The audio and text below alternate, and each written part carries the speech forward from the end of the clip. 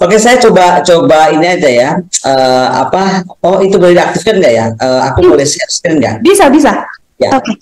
Jadi bisa cerita dan apa ya, biar emosi rakyat kita tuh agak oke, kita bicara kemanusiaan tapi agak tenang dulu dan mengerti dulu masalahnya. Jadi aku boleh cerita sedikit ya. Ini aku soal udah siapin khusus buat di sini sebenarnya gitu. Jadi aku tuh bicara tentang bagaimana kejutan Hamas ini akan membawa turbulensi geopolitik yang akan lumayan besar gitu ya. Tapi sebelum kita bicara lebih langsung, kita lihat dulu siapa sih Hamas ini gitu kan. Serangan Sabtu kemarin itu betul-betul membuat namanya tiba-tiba melambung gitu kan. Kita mesti tahu dia adalah perlawanan Islam yang udah di Gaza tuh sejak tahun 2007 gitu kan, atau baru di Gaza aktif tuh sejak 2007, dan dia tuh bukan satu-satunya faksi besar di Palestina. Kita harus tahu bahwa selain Hamas gitu kan, ada namanya Fatah gitu. Dan Hamas ini memang secara politik menariknya dia tuh menguasai jalur Gaza yang sekarang sedang ramai itu, yang luasnya sekitar 360 km dan orangnya sejumlah 2,3. Di lain sisi itu ada yang namanya Fatah. Siapa Fatah gitu? Ingat Yasser Arafat kan? Nah, Yasser Arafat itu adalah pendiri Fatah yang kemudian dia aktif sekali melakukan serangan intensif rendah ke Israel di era tahun 80-an, ya kan? Kemudian bagaimana dia itu berbasis di Suriah, dan bagaimana ada perang di tahun 63 dia mengembangkan struktur organisasi juga, dan Desember 64 dia melakukan operasi militer yang lumayan mengejutkan karena dia berhasil meledakkan instalasi pompa air Israel. Nah, waktu itu dia 68 ya, Fatah itu berpusat di Yordania. Nah, karena dia berpusat di Yordania itu diserang, ada desa namanya Karameh, ya kan? Dan itu warga Israel juga itu tewas. Akhir 60-an dia itu jadi organisasi yang hebat sekali karena dia menjadi organisasi terbesar dan besar, kemudian dia betul-betul mengambil efektivitas PLO lah gitu. Jadi saya benar-benar bilang ya, ini baru bicara tentang Palestina itu ada dua fraksi besar. Oh, ada fraksi-fraksi lain, ada Jihad Islam, ada lain. Yang paling besarnya ada Fatah, ada Hamas. Nah, sekarang kita lihat Hamas. Hamas ini siapa sih yang didirikan? Dia itu didirikan oleh Syekh Imam Ahmed Yassin tahun 87. Dan ini adalah cabangnya Ikhwanul Muslimin Mesir yang membentuk sayap militer. Dia tuh punya sayap militer, namanya Brigade Izza al-Din al-Qassam. Dan dia melakukan perjuangan bersenjata melawan Israel itu memang udah niat banget gitu. Karena apa? Dia secara prinsip nggak mau ngakuin negara Israel. Dia beda dengan Fatah, ya kan? Itu masih mengakui Israel dan melakukan perjanjian Oslo di tahun 67-an. Nah, Hamas nih nggak suka itu. Hamas prinsipnya pokoknya dia nggak mau dan dia tidak mau mengakui Israel gitu. Hamas sendiri, kita mesti paham, itu dicap dia sebagai teroris. Baik oleh Israel, baik oleh Amerika, baik oleh Uni Eropa, oleh Kanada, oleh Mesir, dan oleh tetangga kita terdekat di Asia Pasifik, Jepang. Nah, tapi menariknya Hamas ini juga dia adalah punya aliansi regional ya kan, ada Iran, Suriah, Hizbullah di Lebanon gitu kan, dan juga bagaimana Hamas ini punya partner sebenarnya namanya Jihad Islam. Tetapi kembali ya, ini kan dari era Ottoman dulu, makanya raja-raja Ottoman tuh tidak pernah mau membagi garis di sana. Tribes-nya itu terlalu banyak. Nah, di era ini dia punya sahabat si Jihad Islam, tapi sama juga dia pernah berantem karena dia nggak setuju juga Jihad Islam ketika melakukan serangan ke Israel. Jadi it's not an easy things to understand gitu di sana itu. Nah, kembali ini ada ideologi yang berbeda. Hamas ini partai politiknya dia ideologinya tuh Islam banget ya. Sementara Fatah dia lebih pada nasionalis sekuler. Nah, itu kenapa Fatah ini merupakan faksi yang tadinya mendominasi Palestina, tapi kemudian ketika Yasser Arafat wafat, Arafat yang merupakan tokoh vital dalam gerakan Fatah itu meninggal, otomatis momentumnya itu pindah ke Hamas. Makanya 2006 Hamas kemudian memenangkan parlemen dan kemudian Ismail Haniyeh menjadi Perdana Menteri Palestina gitu loh. Jadi baru pemain baru di tahun 2006. Oke. Nah, tapi konflik ini kita bicara dulu ya. Karena hari Sabtu ini apa sih di jalannya? Ini aku agak besarkan sedikit bisa akan terlihat. Jadi ini tuh menarik. Sebenarnya waktu Netanyahu terpilih lagi 2022 itu udah ada para pengamat, pemikir, analis. Saya kan ada di ANSS ya, walaupun tidak selalu aktif tiap saat seperti saya ke Valdai. Tapi kita tuh udah lihat ada gejala gitu. Kenapa? Karena Netanyahu itu memilih orang-orang atau kabinet dengan orang-orang cukup ekstrim terhadap sikap ataupun terhadap pendirian terkait Palestina. Misalnya saja dia tuh pada saat ulang tahun Hamas yang ke-35 kalau nggak salah ya, itu pemimpin udah bilang ini kayaknya bakal konflik nih kita. Jadi itu udah ada, sudah di sounding gitu akhir-akhir 2002 gitu. Nah, kenapa lagi kemudian tadi yang dipilih adalah bagaimana beberapa nama yang tadi sikapnya itu sangat keras terhadap baik Gaza, orang-orang penduduk di Gaza, ya kan? Kalau nggak salah Menteri Keamanannya juga adalah orang yang kontroversial, yang ucapannya itu membuat banyak orang marah.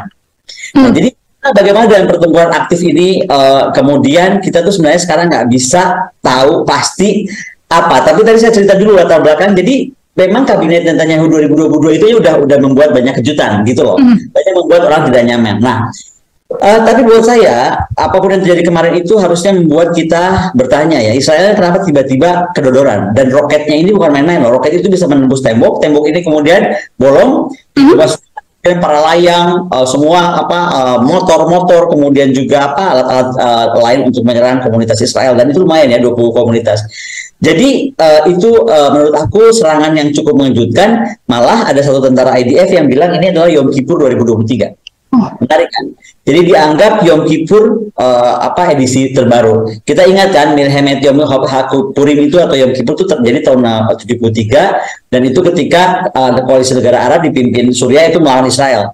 Waktu itu intinya adalah bagaimana ributkan soal terusan Suez. Oke. Amerika Serikat, Uni Soviet, ya itu terlibat di situ. Masing-masing tuh berseteru juga di situ dan menyebabkan konfrontasi dua negara ini. Saya sengaja bawa kasus ini ke Yom Kippur tahun 73. Kenapa? Karena yang saya beri kuning ini bisa aja ada proksi juga menurut saya dari Rusia yang sedang marah juga terhadap Amerika. Ini bisa satu hal ya. Ini dari segala macam. Nah, tapi kembali kalau internal konflik dalam kabinet Israel sendiri gitu kan, ada 3 partai ekstrem nih yang ada di Israel hari ini dari 2022 kemarin. Satu yang punya pandangannya rasis. Partai kedua pandangannya supremasi Yahudi. Pandangan yang ketiga anti Arab pokoknya. Dia tuh punya homofobik ya. Pokoknya penolakan atau kebencian kepada kelompok Arab. Gitu ya kira-kira gitulah. Si Smotrich ini, Smotrich salah satu menteri ini menegaskan, malah dia ngomong begini, nggak ada tuh namanya orang Palestina, katanya. Nggak ada namanya, nggak kenal dia apa namanya rakyat Palestina. Nah, kata-kata kayak gini nih yang bikin akhirnya kabinet ini bergejolak gitu. Jadi kita mesti ngerti dulu ada apa di Israelnya ya. Nah, kemudian kita melihat dari apa sekarang? Kenapa teknologi Israel seolah-olah kalah gitu kan? Karena Israel ini kan sebenarnya sistem pertahanan udaranya keren banget, ya kan? Iron Dome-nya, David Sling-nya, Aerosystem-nya, kemudian perbatasan itu dilengkapi dengan aerostat yang nggak main-main, observasinya, deteksi sistemnya, AI-nya, robot berawak, semua tuh oke banget di perbatasan. Oke? Tapi kenapa sebagian sistem tersebut tiba-tiba nggak berfungsi? Bisa ditembus gitu, ya kan? Di tingkat taktis, menurut saya Hamas itu berhasil membuka sistem pemantauan pada tahap awal. Padahal ini kan yang paling penting. Garis terdepan perbatasan itu adalah paling penting. Jadi pertanyaannya sekarang gagal manusianya atau gagal sistemnya atau gagal intelijennya gitu kan? Nah, menurut saya kegagalan ini terjadi karena ada kecenderungan terlalu tergantung pada teknologi. Jadi seolah-olah human intelligence itu dianggap nggak terlalu penting karena semua rely on technology. Sehingga Bilal Saab misalnya dia bilang ya, dia itu dari Middle East Institute, ketergantungan pada teknologi yang berlebihan ini ada kelemahannya. Ini buat kita ada pelajaran nih, kenapa saya kutip ini ya, buat Indonesia juga belajar untuk procurement kita ke depan. Jadi di sini bukanlah masalah teknologi semata, karena masalah penting adalah bagaimana adalah manusianya sendiri ketika kita enteng lawan. Nah, apakah kemudian gara-gara beberapa peringatan tadi si kabinet sudah diingatkan 2002 ya kan, ada menteri-menteri yang bikin Rio dan lain-lain. Nah, menurut aku juga kita mesti lihat bahwa SDM itu jadi nilai penting bagaimanapun juga kecanggihan teknologi. Dan sekali lagi masalah lebih besar adalah bagaimana kegagalan analisa dan penilaian dari dari masyarakat Israel dan pemerintah Israel. Misalnya dianggapnya ketika Hamas itu telah mengambil kekuasaan, ya kan? Ya udah, dia sudah duduk di Gaza dengan manis, sudahlah dia cuma ngejar kekuasaan. Kira-kira itu ada anggapannya begitu. Padahal tidak. Itu ada sebuah yang sekarang kita saksikan sendiri, itu penilaian yang salah. Sebuah sikap, sebuah penilaian yang menurut saya salah karena terjadilah serangan ini. Karena kalau lihat dari operasi militer, dia sukses 3 hal. Secara rahasia, dia rahasianya bisa dijaga, orang ada yang tahu kapan, pendadakannya sukses, kecepatan serangannya juga dahsyat. Jadi di kali ini kita mesti akui Hamas ini nggak main-main gitu kan. Nah ada beberapa pemaknaan dari situ. Apakah Israel sedang lemah, sedang tidak siaga, atau tadi apa ya, carried away gitu. Moga-moga udah kita canggih banget nih gitu kan. Ataukah Hamas punya better intel? Ada support dari OSINT misalnya, Open Source Intelligence, ataukah dia mungkin mempelajari seperti sistem-sistemnya Iron Dome, sistemnya Arrow gitu kan, kemudian dia mencari di mana sih titik melumpuhkannya gitu kan, atau juga mungkin dapat pelatihan, dapat logistik, dapat senjata, dan dapat bantuan intelijen dari negara lain. Itu juga mungkin terjadi sehingga dia mampu melakukan full scale attack yang mengejutkan itu. Tapi kalau saya bilang Iron Dome itu nggak failure ya, ini juga saya mesti luruskan karena seolah-olah Iron Dome-nya nggak laku gitu kan, atau nggak sukses banget lah, berapa puluh tahun dia bisa teramankan oleh Iron Dome tadi. Jadi rudal Iron Dome bagaimanapun itu adalah efektif, tapi tadi roket yang ditembakkan itu jumlahnya besar, cepat banget. Sementara Iron Dome ini butuh waktu yang juga cepat untuk ketika pasokan terlambat datang, misalnya ada kecepatan serangan, maka dia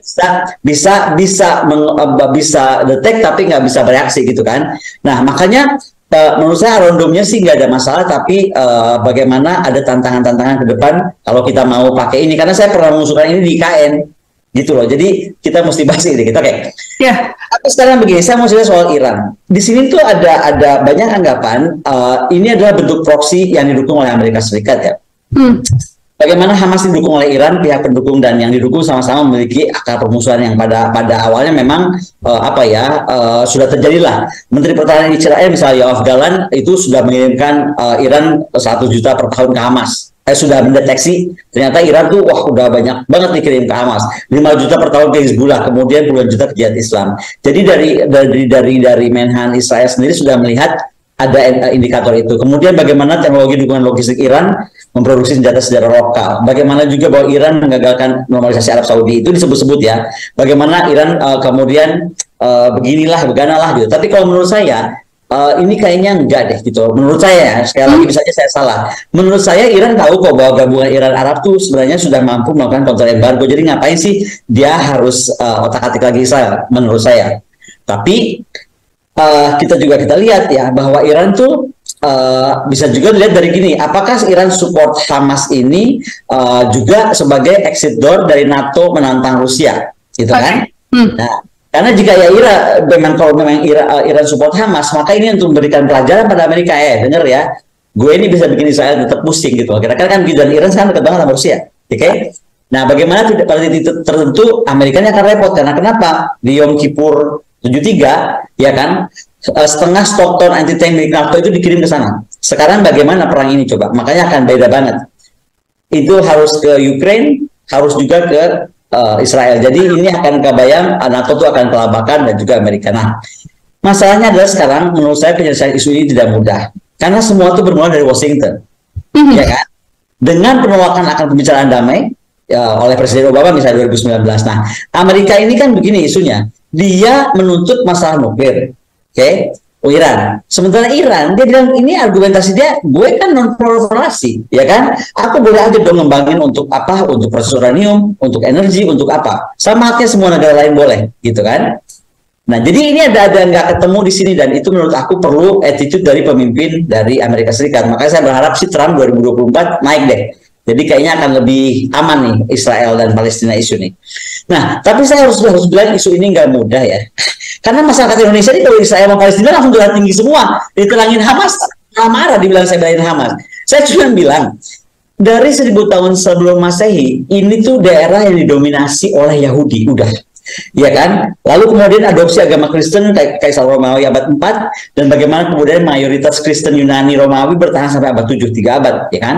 Lalu bagaimana kemudian periode tentara salib itu 1019 sampai 1291, itu coba berapa abad? Hampir 2 abad kan? Dan itu adalah pecahnya ya Kristen dan Islam. Nah, sejak abad 13, bagian besar Muslim itu adalah bagian dari Kesultanan Mamluk. Tapi sebagai 1516 ya kan, itu merupakan bagian dari Ottoman. Ini yang tadi saya ingatkan, Sultan Ottoman itu nggak pernah mau membagi di sana karena masalah tribes yang sangat kusut, gitu kan? Jadi nggak ada tuh digaris sama Ottoman, nggak pernah. Yang tiba-tiba ngaco ini adalah Inggris ketika Inggris masuk itu 1917, 18 dengan Perancis. Dua letkol atau kolonel itu, si Skype itu dan Pico itu kan ngobrol, tarik garis deh, sana Palestina, sini Israel, kan gitu kira-kira kan. Nah, disitulah masalahnya. Makanya menurut saya kalau ngeributin Palestina sama Israel, jangan dulu ributin agama. Jauh banget kalau agama mah. Ributin dulu nih siapa sumbernya. Menurut aku ya 1917, 1918. Suruh tuh si Prancis sama Inggris duduk. Kalau Indonesia mau jadi juru damai. Jadi jangan ngomong sama Israel, jangan ngomong sama Palestina, jangan ngomong sama Hamas, jangan ngomong sama Netanyahu. Kalau aku nih, ngomong sama Inggris sama Prancis ini nggak akan pernah selesai. Because you are the one who make the line gitu loh. Iya kan? Nah, lagi juga ada masalah si nasionalis Arab ini merasa apapun yang bekas Ottoman berarti gue gitu. Itu juga ada isu itu tuh di abad-abad 1917 itu. Nah, kita juga lihat ya, kita mesti lihat kan, ini kan nggak beda jauh juga kita percaya kitab suci. Oke, mereka juga berhak percaya kitab suci dia gitu loh. Nah, dari faktor kitab suci, dia tuh dari Talmud, yaitu kitab para nabi itu sudah dinyatakan dengan tegas bahwa Yerusalem merupakan milik Israel sejak lebih 3.000 tahun. Ini tertulis di Talmud nih. Jadi kalau kita bicara archive, this is their archive gitu. Nah, Yerusalem itu adalah pusat pemerintahan Israel di bawah kepemimpinan Daud. Dan jadi tertulis dalam kitab Raja-Raja itu ada ayatnya ya, saya nggak usah bacain. Tapi bagaimana kemudian Daud itu memerintah 40 tahun, kemudian dari Daud turun ke anaknya Sulaiman 40 tahun, dan dari situ ke cucunya. Si siapa namanya? Namanya susah banget, Rahabaim, ya kan? Itu 17 tahun. Ya di total aja itu baru mereka gitu. Jadi menurut aku jangan ngeributin sekarang darah berdarah di Palestina, darah berdarah di Gaza, darah berdarah di Israel. No, ini udah darah berdarah lebih berdarah lagi gitu. Nah, kedua, ada pandangan yang saya terima dari Ustadz Arifin Yahya ya di 2021. Jadi menurut saya ini Ustadz ini menarik nih. Saya belum kenal orangnya, tapi dia pernah kirim WA. Menurut dia selama periode kepemimpinan Nabi Muhammad, Nabi Muhammad itu nggak pernah ganggu Yerusalem. Nggak pernah. Di Al-Quran pun nggak ada surat yang memerintahkan kita harus ambil alih Yerusalem. Menurut beliau, saya bukan ahli Quran. Bagaimana kemudian kitab Yahudi dan Nasrani berkali-kali disebut Yerusalem itu tanah Israel, itu adalah tanah yang diberikan Allah, tanah yang dijanjikan Tuhan gitu kan. Dan ingin membuktikan Islam itu damai, maka kita hentikanlah usaha untuk berebut kiblat agama ini. Menurut beliau ya. Dan Nabi Muhammad nggak pernah melakukannya. Dan selama ribuan tahun umat Islam juga menurutnya sudah salah kaprah tentang Yerusalem. Menurutnya bangsa Indonesia ini tercekoki ya, doktrin bahwa Palestina adalah perjuangan Islam. Bukan. Palestina itu perjuangan bangsa-bangsa Arab dengan tribes-tribesnya yang tadi. Yang tadi saya contohkan, yang terakhir aja Hamas masih berantem kok sama jihad temennya sendiri. Masih berantem kok sama Fatah, yang sama-sama satu kabinet. Kira-kira kan begitu ya. Nah, jadi liar kalau mau diambil. Nah, jadi saya sekarang lihat, apa sih yang kita mesti baca ke depan? Apa yang akan diambil langkah oleh Israel? Saya rasa Israel itu akan terus melancarkan serangan, dan dia ini mungkin memperluas serangannya. Karena dalam konteks perang dan doktrin perang Israel, dia udah ngerasa dia perang jajah Yunani, Romawi, you name it lah. Perang ini, perang itu, Israel dia ngerasa dia selalu menang. Jadi nggak mungkin ini kalah. Jadi Israel itu akan berusaha menyiapkan atau bagaimana menangkap para pemimpin Hamas. Bagaimana juga mungkin mencoba menyelamatkan Sandra, ya kan, pasti bersiap juga menghadapi kemungkinan paling meningkat dengan eskalasi Hizbullah misalnya, kemudian Iran, Mesir, Yordania, dia udah pasti udah hitung itu, dan bagaimana mungkin mencari dukungan juga dari militer, khususnya Amerika Serikat, dan Israel mungkin akan membalas langsung terhadap Iran, karena dia kan tadi aku bilang ada anggapan Iran ini terlibat gitu, ya kan? Nah, ini yang saya udah mau selesai. Ini yang kita mesti perhatikan. Indikator menimpakan kesalahan kepada Iran, ini kayaknya nih bertujuan untuk mengalihkan perhatian dari peran buruk kabinet tadi. Jadi kayaknya menurut aku nih Netanyahu ini salah pilih kabinet yang ada 3 orang aktor ini yang bikin orang-orang sana di perbatasan makin marah gitu di Gaza. Kegagalan Netanyahu membentuk kabinet yang lebih damai, tanda kutip ya, kemudian kegagalan militer dan intelijen ini kan pasti membuat masyarakat Israel pecah. Nah, untuk menyatukan itu dia mesti punya common enemy-nya Iran, gitu loh. Hal ini juga memberikan keuntungan tambahan pada Hamas, karena mengingatkan para pemimpin Saudi, hati-hati tuh, Iran tuh masih ngancem-ngancem loh, gitu loh, ya kan? Dan mendorong normalisasi. Nah, perang Gaza yang sedang berlangsung saat ini telah menempatkan isu Palestina pada jantung politik Asia Barat. Jadi kita nggak boleh main-main. Besar skala serangan, komitmen Hamas terhadap perlawanan, dukungan terhadap Hamas gitu kan, ini sedang dinikmati dan disinyalir akan memastikan bagaimana sekali lagi normalisasi hubungan dengan Israel. Jadi kalau kita mau ditanya Indonesia mesti ngapain, ya menurut saya Indonesia hanya boleh bilang United Nation, kamu jangan duduk manis diam-diam pura-pura nggak ngerti gitu kan. Harus bertindak sekarang bagaimana mengaktifkan rencana perdamaian yang kredibel yang memungkinkan solusi dua negara itu terwujud. Karena tanpa itu, kembali kita bicara sejarah tadi yang panjang dari 1000 tahun sebelum Masehi, itu nggak beres-beres gitu loh. Jadi nggak usah pakai marah, nggak usah pakai baper. Kalau memang kita mau menyelesaikan, kita tuh udah kedodoran sekali. Menurut saya ya, kalau Indonesia bilang, oh ya, Bung Karno pernah pesan, selama Palestina belum merdeka dan gitu kan, kenapa bukan kita melahirkan Abraham Accord? Itu Abraham Accord itu sebuah step penting loh, ya kan? Nah, kita udah pernah ketinggalan di Abraham Accord. Kalau memang sekarang kita sebagai saudara semuslim, kita ingin berbuat yang baik buat perdamaian dunia, ayo bicaralah ke UN. Tadi UN itu mesti bersikap, kemudian jadikan dua negara dan dudukan Indonesia suruh panggil duduk di Inggris, duduk di sini Inggris, duduk di sini Prancis. Gimana sih lu beresin ini gara-garanya lu? Karena sebelum 1718 itu aman aja. Beberapa Ottoman Empire mundur-mundur itu nggak pernah begini. Saya kira itu aja supaya sebelum